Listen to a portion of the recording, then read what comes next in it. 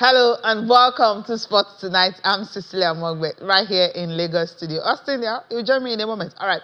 And this is what the show looks like tonight. Yes, we are celebrating something good. It's Women's Month, right? And everyone has been celebrating since the beginning of March, not just March 8th, which was International Women's Day. And it's only fitting that on a day like this, the biggest news I can think of in the world, yes, in the world, not just in Africa, happened earlier today. I'm talking about the IOC presidential election happened today.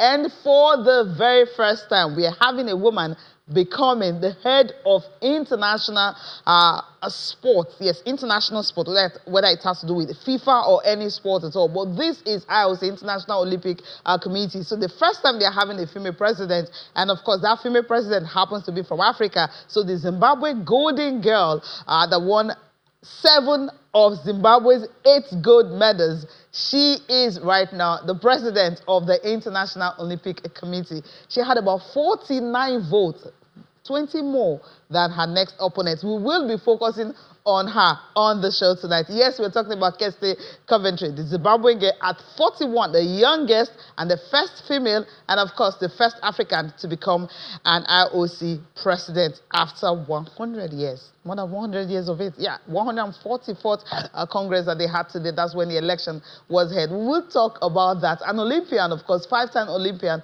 will be joining us on the show to talk more about this lady, what it means for Africa, and also what it means for the IOC, and of course, for the women folks. All right, we'll also be talking about the NWFL, the Nigerian Women's Football League Premiership. After 2 weeks break, it resumed on Wednesday. 7 games played across the country. Of course, Rwanda Stars' unbeaten run coming to an end. Edo Queens and Bayelsa Queens, their unbeaten run remain intact. We'll dwell on that on the show tonight. And of course, the big one, the do or die, the Super Eagles of Nigeria. What will happen on Friday evening? They are up against Rwanda. Remember, they've never beaten Rwanda anywhere outside the shores of, they've never beaten Rwanda in Rwanda. So they will be playing that match in Kigali, 5 p.m. Nigerian time. Yes, our eyes are on that. We'll be doing more analysis of it. You'll be hearing from the coach. He had his first press conference earlier today. Of course, the captain, you will also be hearing from them. What are we expecting from the Super Eagles? Of course, we all say it's a win, and a win here. Before our guest joins us on the show tonight, he is right here in Lagos studio. It's a Thursday, and Bolu Omoniyi is back on the show. Yeah, good to be again on, well, I think it's a women's night today. The NWFL, the Kristy Coventry, a big win. And I said to some guys when the news came on board that this is to tell some Nigerians that were happy when Pinnick lost his own election, that see what things like this mean for their country. She's not representing her country there, but the country celebrated, and see what it meant to Africa. Africa celebrating her as well. And of course, it's less than 20 hours. So the must-win game between Nigeria and Rwanda. Now beg, we beg. In Nigeria, just bring out this smile again this week. I beg, 1 goal, we are okay, we are right? Okay, 1 goal, we are okay. Just get the 3 points. Yeah, I think Austin is ready, right? Austin? Sporting greetings to you, Cecilia, and of course, everyone joining us on the show tonight. Action-packed, what a sports. Kristy Coventry's story, you know, it was a double whammy. First is good for women in sports, and then she's from Zimbabwe. So it means it's time for Africa, you know. What a story. She smashed all of the records. She's just 41, Cecilia. It tells you also that the world is young. So this story is so inspiring. I'm just trying to see what Africa can do with Coventry's emergence as the president of the International Olympic Committee. It's also going to put spotlight on Africa. So we must start doing the right things, prove to the world that we can actually take the lead, that we can make an impact, that we can be the difference, you know. And it was so good because she was Thomas Bach favorite to take over, you know. And while I was looking at Lord Boy, I said, you're joining them, right, to say that he didn't have favorites. He just wanted something new. He said he wanted a new leader who reflects on the new era. That was what he said. I mean, but we know those of us who have been following the politics in the International Olympic Committee, we know he reveres her, he respects her, he has so much confidence in her. she's been part of the executive committee and she's been impactful. So he believes he's handing the baton to to a worthy person. So shout out All to right. Okay. Coventry and let's see what she can do with this position, Cecilia. All right. Let's bring in Bose Kafo to the show tonight. Bose Kafo is a 5-time Olympian. Table tennis star. She won several gold medals at the African Games for Nigeria. 5-time Olympian, the first Nigerian to actually achieve that. Before you had Miriam Yanli, and also you also have Funke Oshonake. How many? Like 7? Yeah, that's huge. But she started it. She's also an expert on sports ethics and integrity. And of course, we know her as the vice president of Nigeria Para Swimming Federation. She is a sports administrator, former athlete, and of course fits into this bill because we're discussing how you transition from being an athlete at the biggest stage and also having to hold the highest position when it comes to administration in terms of sport. We're talking about someone who is in charge of the whole in charge of sport in the whole world, because Olympics is all sport. Bose Kafo, it's good to have you join us on the show tonight. Thank you for having me here. How are you doing? I'm fine. Thank you. Yes, I think this is the year of women, and this is the year for women, because I cannot believe when the announcement was made, and I was thinking, what is really happening to Nigerian women? And I don't know where to start, but the first thing is the happiness, the joy to see your fellow human being, a woman, and from Zimbabwe. It was like, wow. So are we saying that these little countries, they are actually powerful than a country like Nigeria, or what? And I just can't believe it. But one aspect of this issue is that the joy to see a woman heading IOC, the world class sports, the best of the world. You are taken out from Africa. You are taken out from Zimbabwe. You are taken out as a woman. You are taken out as that. Now we are talking about gender, and there is no gender issue now. You can see where a woman can be drawn into politics. This is a pure sports politics, and we can see it's not only being a politics, but we'll be looking at how she can manage the managerial issue. And I believe she can do better than this. We have not been hearing too much about her. But when this race started, I knew that Kristy will come out, but I never knew she can win the race. We have Sebastian Coe of the Kingdom. We have all those big names from Paris, and now we are having a woman from Africa. I mean, Africa. So why can't African host the next Olympics? Why can't African host the best of the best competition in the world under the hospital of this woman? And I'm just very happy. I'm glad, and I can't express my joy for this occasion. I know. I can see the excitement because you told me you were on the road and everything. I'm like, try as much as possible to see if you can join us on the show, because this is a historic moment, a moment everyone was waiting for, anticipating. Yes, Austin said the support first was from the IOC president, but then there must have been something that he had seen in her for him to actually say, okay, this lady can actually go this far, because he said that it signaled a great sense of unity. That's something he picked out, from her, because he believes she will be strong to handle this big organization. What do you think she will be offering to everyone, knowing that she's a former athlete? Yes, she's not the first former athlete. We know Thomas Bach was a fencer, before he became. Sebastian Coe, as you mentioned, 1,500 is a runner, also Olympic gold medalist. So you see these men who have done big things. But her, it's different, because first, she's from Africa. First, she's a woman. And another thing is that she's young. She's just 41. Yes, age is not the issue when it comes to sport and management. Yes, people talk about the experience, but age and gender is not the issue. And I believe that Kristy will go a long way in achieving the best. Because if you look at where she started from, who she has been following, that is the key in sport. Who have you been following? What part are you? That will dictate where you are heading to. Sport politics is not like other politics. Sport politics is about your knowledge, your intentionality, your group.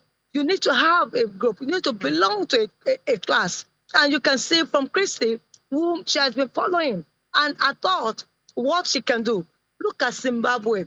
They can be very little, can be very small, but the achievements it will just wow you out. And we talk about the optimal sport managerial skills. This woman, she has it. And I believe that she can surpass all what can be an obstacle. We have been seeing men doing a lot of things. We have been seeing men managing things, but you have never put in a woman in a place or at a place where you will say, okay, let us see what she can do. It's not like let us see what she can do. It's about she can do it. She can do it. And mind you, she also belongs to a certain group of people that are very capable of doing the best. So she has that class.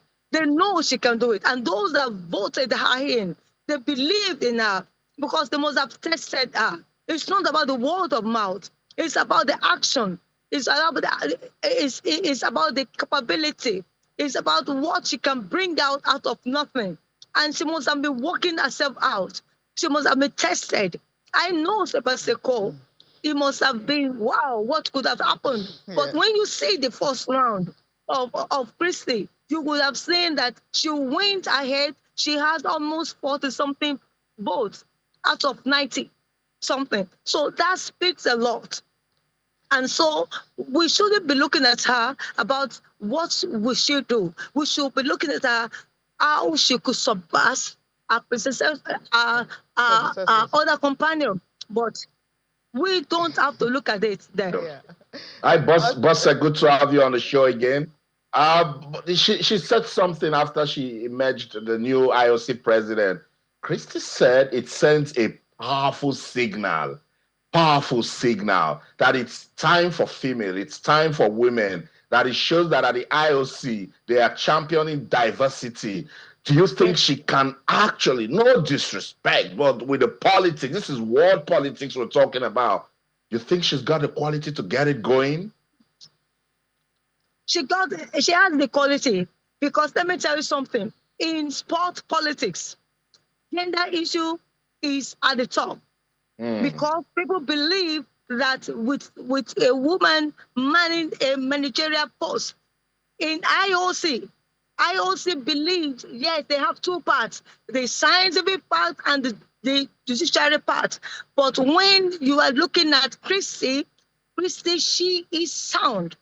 She is a very sound woman and rooted woman that you will see her attitude. It's not about pointing finger at somebody. It's about how she can take sport further. We can see the years of badge. We can see how he actually came out to work. But we are also going to see how a woman can come out. The gender issue is very strong. It's not about let us put a woman there. Yeah. It's about let us put who could do the work there.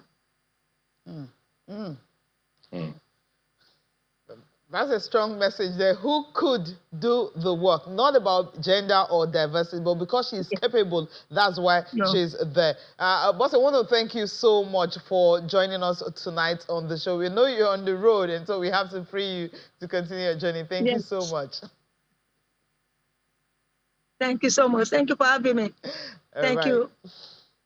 Now let's take a look at how it all pans. Okay, quickly, just reaction quickly to what she mentioned about her capabilities, because she's been in IOC since 2013, and of course she's also she is the head of the 2032 Brisbane Games Coordinator Commission. So Well, one thing is for her to even have won, it means she has something, and she's not one of those that got late into her career before she decided to know what she wanted. She knew she was going to be an administrator early, so she retired early, and boom, got into everything she needed to do. I remember at the Athens Olympics, very tiny swimmer got gold, and I think the following edition she won Olympic gold medal with the world record. Then since And then she just went. the Olympic rings on her. If I qualify for Olympics, I would tattoo on my forehead the Olympics. Then she went upgrade and got into administration. Then she's been growing step by step. I think she's one of the most decorated Olympians in Africa. Yes. So she's been there, she's done that. So 7 medals in swimming. if you're an athlete and you become an administrator, it's expected of you to do well, succeed, and achieve something. And hopefully it's a new turn for Africa. We saw when Africa hosted the World Cup, we saw a bit of a change that it came to the continent. Hopefully this time around we get to succeed more at the next Olympic Games. Hopefully. All right, let's take a look at how it all pans out. Now, His Royal Highness, Prince Faisal Al Hussein, when this all started, everyone felt, oh, the Jordanian prince might just be the next one because he's got the money, he's got everything you can think of. But he got just 2 votes. Yes, 2. And then you have David Laplante, the French guy. He got 4 right there. Jonah Elish had 2. Juan Antonio Samaranch. This was another candidate that everyone was thinking he may win because his father was a former IOC president. Before you have, I think Jack Rogue. Yeah, he was one of those guys who actually opened IOC to business. He's a businessman. He's got 28 votes. And of course, lady Kristy Coventry, she had 49 votes. That's 21 more than her closest rival. I mean, at the first round, it was over, done and dusted. Sebastian Coe got 8. He was another favorite going into it. And of course, you have Morinari Watanabe having just 4 votes. So that's how it is. So let's listen to her, what she had to say immediately after she was elected, the first female, first African IOC president. As a 9-year-old girl, I never thought that I would be standing up here one day, getting to give back to this incredible movement of ours. This is not just a huge honor, but it is a reminder of my commitment to every single one of you, that I will lead this organization with so much pride, with the values at the core, and I will make all of you very, very proud and hopefully extremely confident in the decision that you've taken today. Thank you from the bottom of my heart, and now we've got some work together. And I would like to really thank the candidates, all of my candidates. This race was an incredible race, and it made us better, made us a stronger movement. I know from all of the conversations that I've had with every single one of you, how much stronger our movement is going to be when we now come back together and deliver on some of those ideas that we all shared. Yes, she will deliver. Austin, I'm sure you were shocked. 49 of the 97 votes, that's what she got. So it's no gender issue. But then you have Thomas back and others got something to say about her. It's about qualifying and the fact that she is capable. Cecilia, it was flawless victory, And look, as I said earlier, she has shown workings in the IOC executive committee, and whether or not you want to agree that some persons had already endorsed that because of her quality. And she mentioned it there that, look, she's bringing so much quality that she will lead with pride, and invited everyone that they should come, let them work together. I mean, it was a beautiful time for the International Olympic Committee.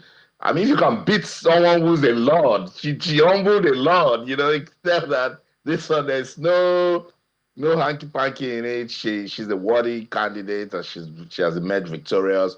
And I loved her speech, even right after the press conference, where she said that this has passed a powerful signal that there's so much to be done. And Bose Kafo mentioned it. Gender issues in sports lately have been, in the front. And we have been trying to see ways that women can actually have a voice. And now they don't just have a voice, they have leadership, And I'm super, super confident that Kristy will make a difference because women are great managers. Women understand issues. They have a proper step-by-step approach on how to, solve problems. And I'm sure she's going to find a way to make sure that the Olympics, wears a new face. She talked about values. When you build something around a value system, you're definitely going to get values out of it. So congratulations once again to Kristy. It's a double whammy. We have our first female IOC president, the first from Africa. In fact, she gave us a hat trick. The youngest also to emerge president of the International Olympic Committee. I love it. Sports Tonight on Channels Television. Let's go on this quick break. When we come back, I cannot wait to talk about it, but we'll listen to Thomas Bach and Sebastian Cole on what they think about the new IOC president, and then we get into the real conversation. That's what's going to happen at the Amahoro Stadium when the Super Eagles will confront the Amavubis of Rwanda. Don't go anywhere. Stay.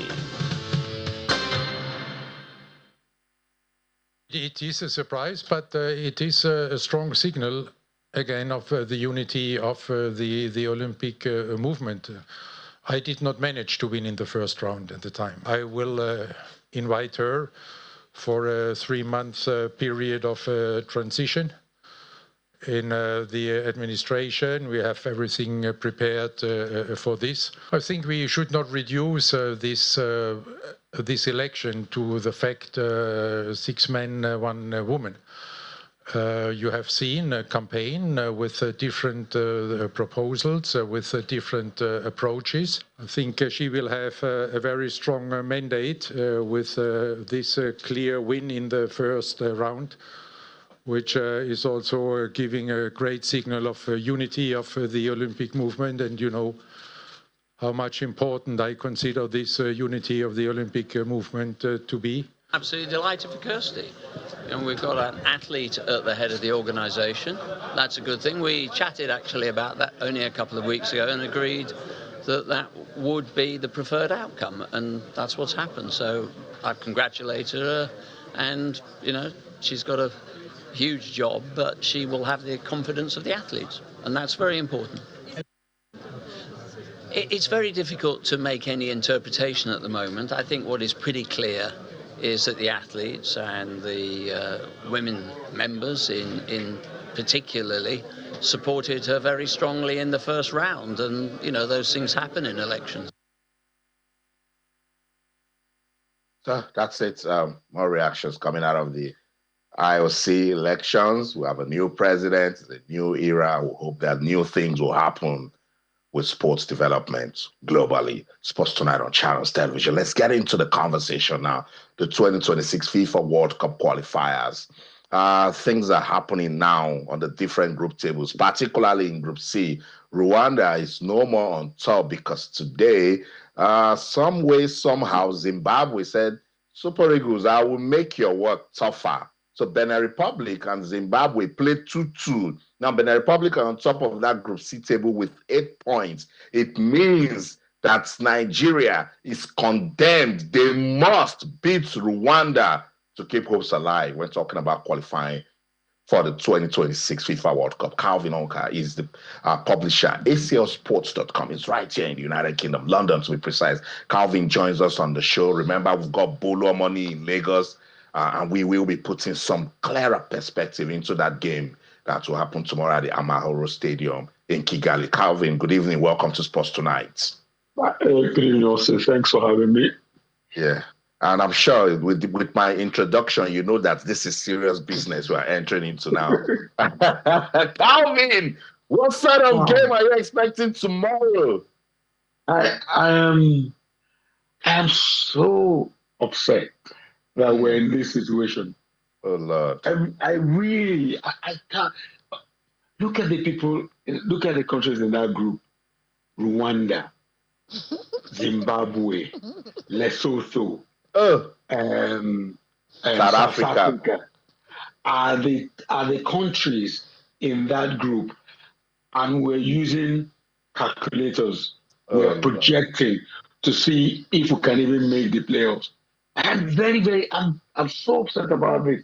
I'm upset with the NFF. Listen, just bear with me, Austin. let me take us back to after we lost to France at the 2014 World Cup in Brazil. Yeah. Keshi's Super Eagles. I remember in Sao Paulo, I was outside the NFF hotel in Sao Paulo, and I spoke to a member of the NFF at the time, and I said to him, the qualifier for 2015 AFCON, we're going to start in a few months. Are we staying with Keshi, or are we getting a new coach? That is important that we sort this out quickly before those qualifiers. And the person just said, nah, don't worry about it. That is not that important. That I said, no. That this won't work like that.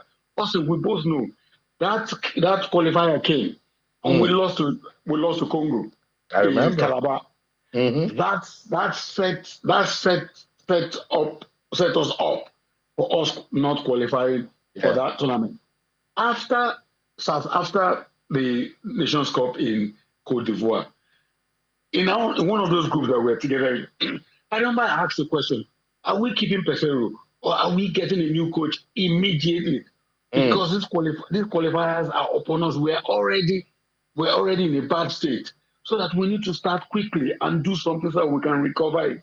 No. That's why we're where we are now. We need to win the remaining 6 games we have. And even after that, we're praying for other results to go in our favor. I know. No. Calvin, I understand your feelings. You know, I feel your pain. I struggle to talk about it because I'm presenter of the show. But you know what, Calvin, we'll watch the game tomorrow. We put together a report, that crucial game between Rwanda and Nigeria. The Super Eagles, can they keep hopes alive? Let's see. Every day, I just want to live with my guys. I just want. It's crunch time for the Super Eagles of Nigeria as they resume their quest for a place at the 2026 FIFA World Cup.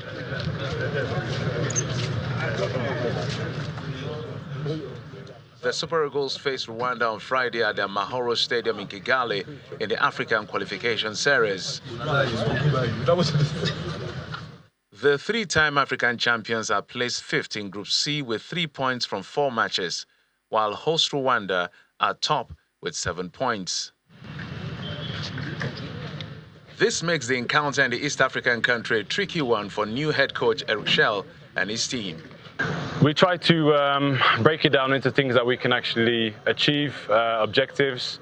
I think if you just play the occasion, you're going to get lost in it. So we're trying to prepare for the game and be very objective in how we approach it, what we need to do to focus on Rwanda. Of course, we have to respect them for their position in the table. I think the most important thing beyond personnel, beyond tactics and everything, the one thing that Nigeria needs in these games is a fighting spirit.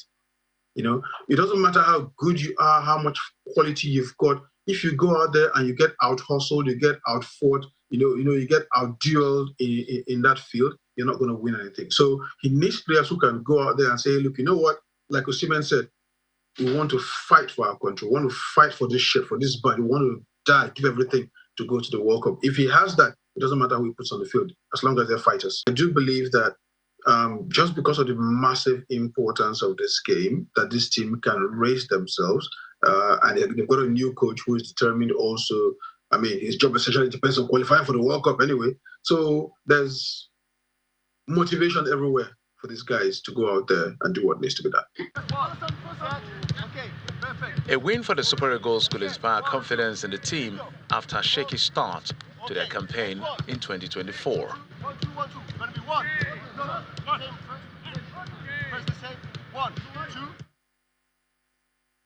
Ground on how difficult it is for the Super Eagles at the moment, but hey, impossible is nothing. Let them go play Rwanda and then play Zimbabwe. Then we can now see if we're going to have a different, perspective to our analysis. Bolu, Calvin struggled and still struggling to talk about this game. Are you in the same situation? Well, I know Calvin is a realist. He hardly means words together. But the truth is, we set ourselves up. Now we are just praying and hoping and calculating. One of our prayers and hopes was for Benin Republic to end in a draw. Then we have to still keep on with the same prayer point for South Africa and the like. Then when they play on Tuesday as well. But if all those things happen, what about our results? We need to do the job. Now the job is harder. We are playing at the venue where we've never won before. We are playing against a nation that defeated us just a few months ago at the final qualifiers here in Nigeria. Based on the players, based on the individual quality, we have what it takes. But as a team, this is Erichel's first game. If he's had enough time before, maybe played a few games, that's picking it from what Calvin said, that if you had employed him probably after the AFCON, we would have had time to prep together. We would have had more time with the player. Now this is his first assignment. Behind his mind, he will be thinking, should I play my normal formation where I was coming from? Should I play the formation Nigeria used to? Should I try something new? But no matter which style he decides to play, if Nigeria fails to win, people will come for him. And I'm just hoping and wishing Nigeria, because anything other than 6 points in these 2 games makes it even much more difficult. We can win all the remaining games and still not qualify. That's how difficult it is. We said, how do we play 4 games? Nigeria, Super Eagles, and we have only 3 points. It's possible to win, but we have to do our assignment. As much as we are hoping and praying other nations fall, we have to win our games first, starting with the game tomorrow, and it's definitely going to be very tough. That's right. I'm sure, Cecilia, you want to go to the screen. There must be something in there for us. You know, I've been thinking, okay, let's just take a look at what we have, maybe confirmation of what we are expecting, and not just that. Maybe we'll just take a look at how the table is looking like, and also take a look at other results. As you mentioned earlier, of course, Zimbabwe and Benin Republic 2-2, and that's why Benin Republic right now are topping with 8 points. But first, this is what it's like. Well, Friday's fixtures, CAF qualifications for the 2026 FIFA World Cup, Rwanda and Nigeria. The 3 games they played in Rwanda, they've all ended in a draw. Nigeria has not been able to win anyone. 1-1, goalless, and 1-0. Both the African Cup of Nations qualifier and World Cup qualifiers, it's all been like that. And of course, South Africa will also be taking on Lesotho after same day with Nigeria, all in Group C. Now, let's take a look at the results that happened earlier today, why Nigeria's situation is getting harder and harder. Sierra Leone and Guinea-Bissau played 3-1, Sierra Leone winning by 3-0. Zimbabwe and Benin Republic, this is the result Austin mentioned earlier, it ended 2-0. So Benin Republic right now are topping a group that you have 3 times African champions, Nigeria, who assists. They have 8 points, Nigeria has got after 2 coaches and 4 matches. How many points? 3 points. We are having a 3rd coach, and we are playing World Cup qualifiers. Cape Verde and Mauritius, Cape Verde winning by a lone goal. Mozambique beating Uganda by 3-1. Because Malawi and Namibia winning away from home. So these are results of the games that were played earlier today. So Kavi, I'm going to come back to you on this one. You know, as I mentioned earlier, it's hard. We've never beaten Rwanda anytime we are playing them right there in Rwanda. But this is crucial. And you've mentioned that we have to fight, and that's the only way. And no one is happy that a group where you have countries like, no disrespect to these teams, but hey, Nigeria 5th on the log. What can this coach actually do differently to get that desired result? Because he's got the players. That's no issue at all. See, let me make this clear that for some reasons, in every group, people have been laughing at me. I strongly believe we'll win all 6 games. I don't, there's no logic to my belief. What did you say? We want to hear it again. What did you say? We'll win all 6 games. You'll be laughing. You laugh there. I'll say, we'll win all 6 games. Amen. However, Amen. This is what in my view, we've got the most talented bunch of players in the country since the 2004 to 2011 Super Eagles. We have talent in every position. We've got footballers in every position. Now, for me, I'm not even thinking of Eric Shelley in this situation. I want those players. I want all of them to take a long, hard look at each other and ask themselves, are we giving the country everything that we're supposed to give on the pitch? How comfortable are they going to be feeling summer next year when the World Cup starts again and they see a lot of their teammates in Europe playing for their countries at the World Cup, and Nigeria is not there. I need them tomorrow and all subsequent games to go out there and win these games. They have to go and win these games. They've got to fight. They've got to fight for the flag. They have to fight for the country and fight for the right to play at the World Cup. Victor Osimhen should remember that he hasn't played at the World Cup. And Samuel Chukwueze should remember he hasn't played at the World Cup. All of them there, apart from the captain. Who else has played at the World Cup? Who else has played at the World Cup? So they should remember that this is something that they've got to think about and then go out there and win these games and get these points going. We've got to win all. We don't even have a rush. If we don't win tomorrow, let's forget it. Let nobody do any more shows about World Cup qualifications if we do not win tomorrow. That's it. It's done. We're out. They're out. They're done. They have to win tomorrow. Condemned to win tomorrow. Go on a short break. We'll be back. Absolutely. Before we take a look at other fixtures, let's quickly listen to the coach, Eric Chell, and also William Troost Ekong, the captain, talking ahead of tomorrow's game. Just want to be with my guys. Every day, I just want to live with my guys. I just want that my guys are focused on this game, only this game now, and after that, we will see the other game. But they're training hard. They want that the Nigerian people are proud of them, of us. So actually, I'm focused about my guys, my players. So I need to be with them.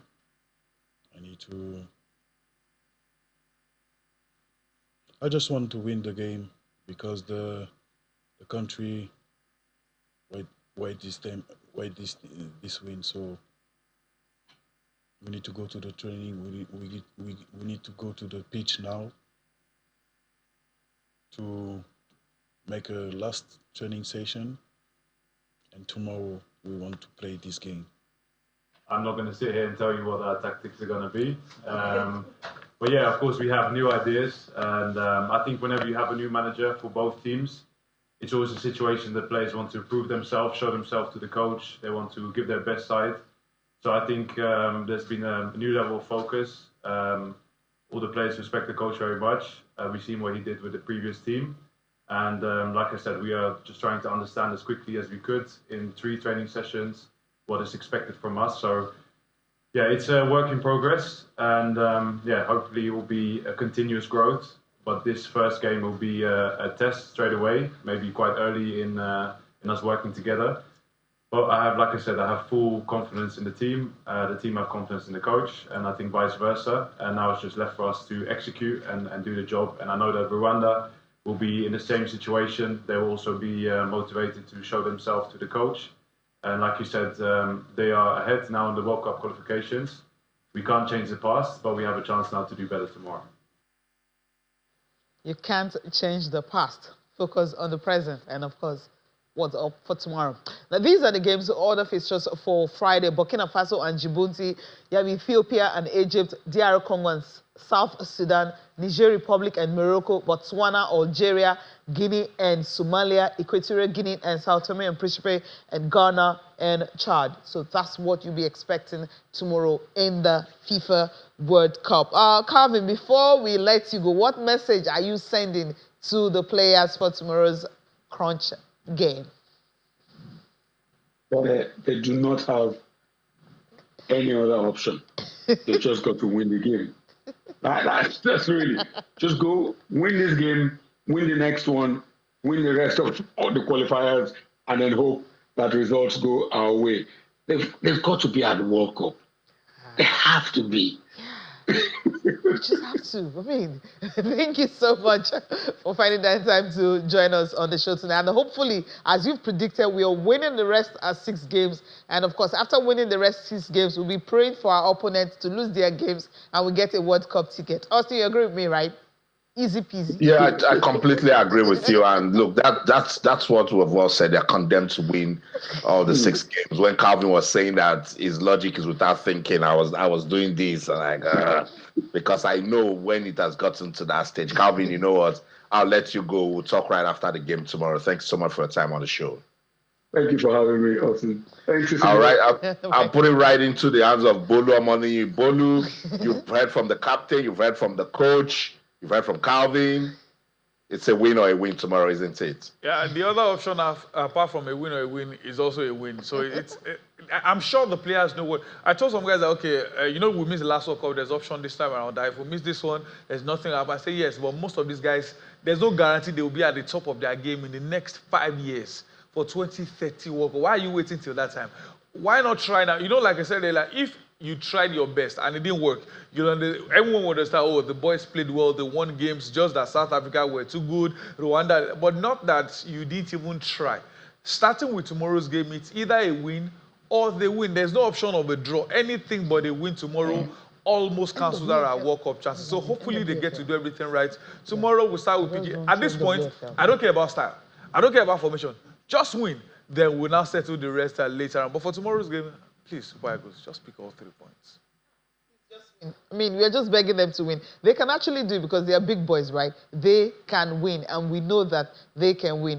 We don't have time for the NWFL. Well, so many games are played across the country on Wednesday, of course. As I mentioned, Remo Stars and Nasarawa Amazons ended their unbeaten run. Of course, right now you have Edo Queens topping that. We'll make our time for NWFL next time. Well, Bolu, thank you so much for coming on the show tonight. So it's a pleasure coming around. Austin, we are living.